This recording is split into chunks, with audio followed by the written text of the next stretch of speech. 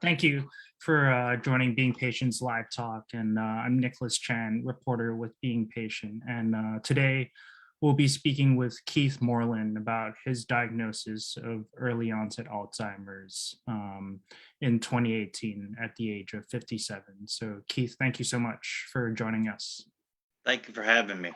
So, Keith, I want to start off our conversation with speaking about your service in the military first, because ultimately the neurologist who diagnosed you with Alzheimer's said the traumatic brain injury that you had from the military was a big contributor to Alzheimer's. So, first, can you tell us a little bit about your military service and what you did when you were serving in the Army? Yeah, sure. I was a mechanic in the Army. At the time, it was West Germany. As we all know now, it's unified Germany. But served over there from 78 to 81. We were on training maneuvers, and the vehicle I was riding in the back of it, rolled over. And when it did, my head and my spine went up against a 4x4 board, caught it kind of on the edge of it, actually. So wound up with a head injury and a spinal cord injury. And they tried to put me in the parts clerk position for a little while, but it wound up that I really just couldn't perform any of the regular duties, that you're supposed to in the military, even though they made a lot of my regular duties lighter. So was wound up being medically discharged from the Army, which it's funny. I had just signed my reenlistment papers, and he walked in my hospital room and he said, "All right, we're ready to send you home." Well, I thought he meant back to my unit. Okay, that's fine. I said, "When are they coming to get me to take me back to my barracks?" He said, "No, we're sending you home." And I was like, "Oh, okay." So I hated it, but I've been able to do a lot and find a way still. So.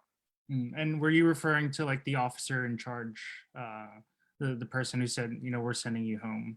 Yeah, I had gone back to the hospital. I had to do regular checkups. They would do CAT scans, different things with it.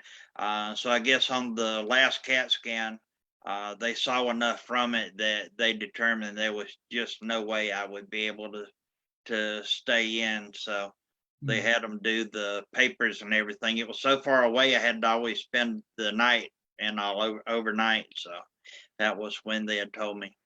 Right. And like, how did you feel when you realized that you had to be, medically discharged from I the? was disappointed. I mean, my father had served, my grandfather had served, and I mean, it's just kind of like that was, an honorable part. My uncle, matter of fact, he was shot down in the Korean War while serving. So it was kind of like, okay, I'm coming back home before I could even serve a full term of enlistment. So it was disappointing to me. Right. And so your uncle, was he in the Air Force? You mentioned that he was shot. In the Air Force, yeah. Got it. Got it. So, ultimately, eventually, you became a financial analyst at a large corporation. Can you tell us a little bit about, that journey from the transition from the Army and then to being a financial analyst? I know you did other things between. Yeah, well, I went back to college after I got out. I used my benefits, got a degree in business, and decided when I graduated I didn't want to work behind a desk. I know, sounds crazy, but so I became a trucker. A friend of mine that I grew up with, me and him were buddies ever since we were kids. His dad worked in the business, so went to work for him. But after a few years, decided I didn't like that kind of life. So I went back to working in the finance business. Eventually became a financial analyst for a company that's, matter of fact, they're the largest consumer products manufacturer in the world. And wound up serving with them until I was wound up having to retire back in 2019 with my disability.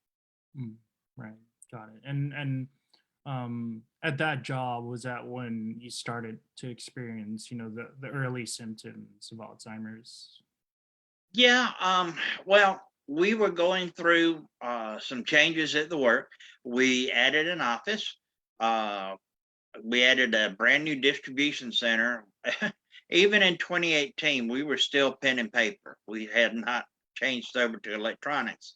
And so they were changing everything over. And just to give you an example, 2017, the only day I took off was Christmas Day. I worked 364 days that year.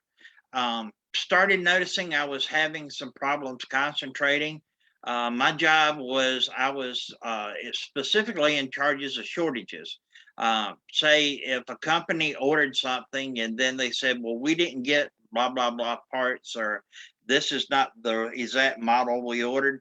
It was up to me to find out why. What happened? Did we mess up? Did they mess up, or what? And started having problems with being able to keep track of everything. Every week I had to give a report to the presidents, vice presidents, CFOs, and senior management every Friday. And even just doing the reports, doing the spreadsheet and stuff, I was having a hard time doing. So I went to my boss and I was like, okay, something's going on. Something's not right. And she was like, "Oh, you know what? We're under a lot of stress. We're working a lot of hours. Don't worry about it. Things are going to ease up. We're going to open up the distribution center. Yeah, it's going to be great." And it wasn't. It didn't get better. And that got scary. And then that was in 2018 when I finally wound up having a seizure in May. And of course, they wanted to know what was going on, what was happening with it. So, of course, they did the MRI, CAT scan, blood work, all of that stuff.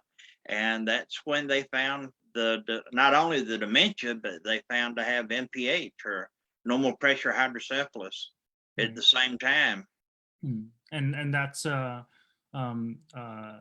buildup of excess fluid in your brain, right? That's basically Yeah. what it Yeah, means. it's just my body. Normally, you're able to drain the fluid down your spinal cord, goes into your body, and you go to the bathroom and get rid of it. And my body got to the point it couldn't do that anymore. Mm, So I've got they call it a valve, but it's just kind of an implant with a tube that goes down into my belly, and it helps to be able to do that. right. And was the seizure as a result of the hydrocephalus?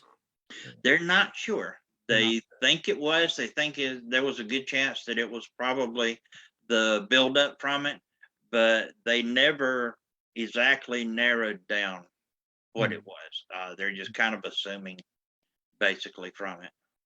right. So, like you mentioned, right? Like at work, some of the early symptoms was like having a hard time just tracking the work that you had to do, right? And like, Yeah. how about like other aspects of your life, like at home or things like that? Like, were there changes too that like you notice was something was amiss?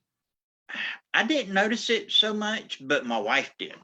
I mean, I've lived in this area for years and years. And she said I started getting to the point that I would, as she called it, take the long way around. She said, "You can't drive from point A to point B. You go this way, and it costs us an extra 5 minutes." I started noticing, and she did especially, that she was having to repeat things. It was like I couldn't grasp what she was saying. It wouldn't stick with me. So she'd have to repeat herself, or she'd have to say it in a different way, and find a different way to say what she was saying. So um, there was several things at home that was going on at the same time like that. Right. And all these symptoms, I'm assuming, were probably symptoms of both the Alzheimer's and the hydrocephalus, right? Yeah. Yeah. Yes. Um, so yeah, when the doctor, gave you the diagnosis of Alzheimer's and hydrocephalus, like how did you feel and how did your wife feel about it? I was frustrated. My grandmother, my mom's mom, her and all of her sisters had it, and for almost the last 6 years of her life, I helped take care of her. My mom went blind from diabetic retinopathy. I was the only child of my mom. So I had to help take care of both of them.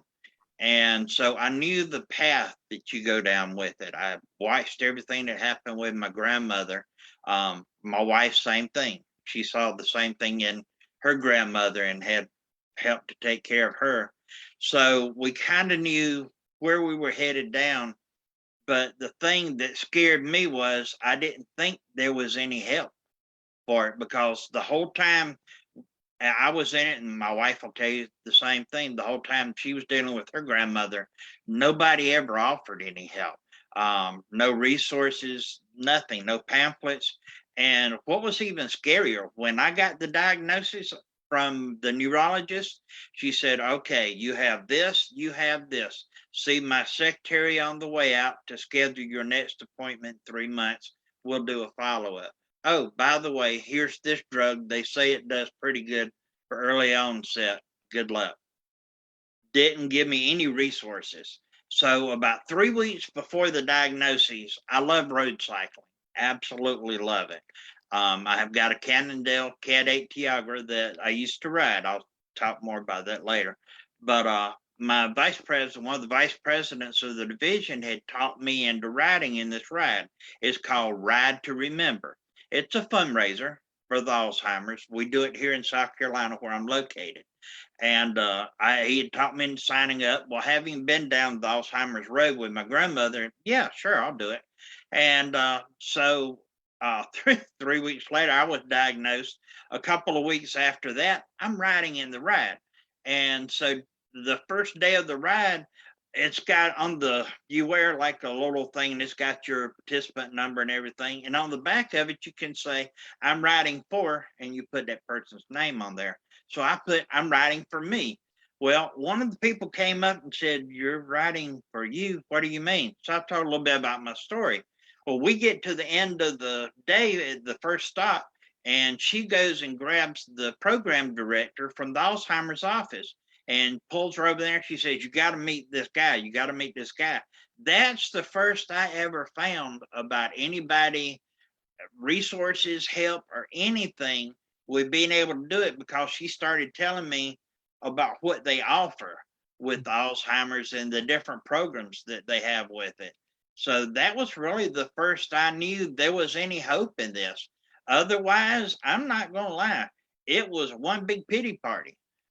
Why me? And, oh God, what has happened? And the usual things you do, just kind of normal with it. So it was a huge, and even for the first few weeks after that, it was still a huge pity party until finally my wife looked at me and she said, "Why not you?" She said, "You're the one who can talk to a signpost. You're the one who can be a spokesperson. Why not you? Why can't it be you?" And it was a wake up call. So it's been why not me ever since. Yeah, yeah, and yeah, I think it's for so many people, for a lot of people that we've interviewed have expressed a similar sentiment as well, about how, like, they didn't get a lot of support from their doctor about the type of resources that they can receive after getting a diagnosis, right? And there's a saying in the field that it's diagnose and adios, and diagnose and adios, right? Yeah. Mm. And And I'm trying to change that. I go around to the medical schools here in South Carolina, and I speak with the students. They're third and fourth year students, and just really telling my story as to what's going on, um, ideas about how to handle it when you have a patient that you've got to give them this news, or even you're treating them after the diagnosis has been given, and you can kind of see light bulbs going on for each of them. So I figure if I can change the attitude of them before they actually get out in the field and become doctors, nurses, whatever it is they're going to become with it, then make a difference now. And I don't have to worry about anybody breaking or changing the stigmatism down the road mm, with it. Let's try to make a difference with it. And I hope it does. I hope it gets somebody to think differently when that patient walks through their door. Mm, right. And you mentioned your love for cycling, and we talked a little bit about this before the interview. Is now you've transitioned to riding from cycling to riding the tap pole trike. Can you tell us a little bit about why you've transitioned between the two, and yeah, and tell us a Well, little bit. unfortunately, the MPH causes balance problems. The shunt has helped. It's made a difference with it, but there's still residual balance, and there always will be. Something that will get better, but it'll never completely go away. So we have a hospital that's about 10 minutes or so near me called Roger C. Peace Rehabilitation Hospital. They sponsor a what they call it adaptive sports program. And basically, it's people like me. Uh, some are veterans, some are as young as, I would say, elementary to early middle school. And they kind of take the different sports and different activities you would do and adapt them. Like with me, I can't ride just a regular two-wheel bicycle. So now I'm on a three-wheel tricycle. Sits real low to the ground. Uh, they provide the equipment, trike, everything, helmets if you need it, the whole works. There's somebody who accompanies me on the ride. We've got the Swamp Rabbit Trail. It's an old rail to trail thing that they have here. And so I've got somebody who accompanies me on there. So I've got somebody who is, watching for me, being there if something happens, God forbid, and I need help with it.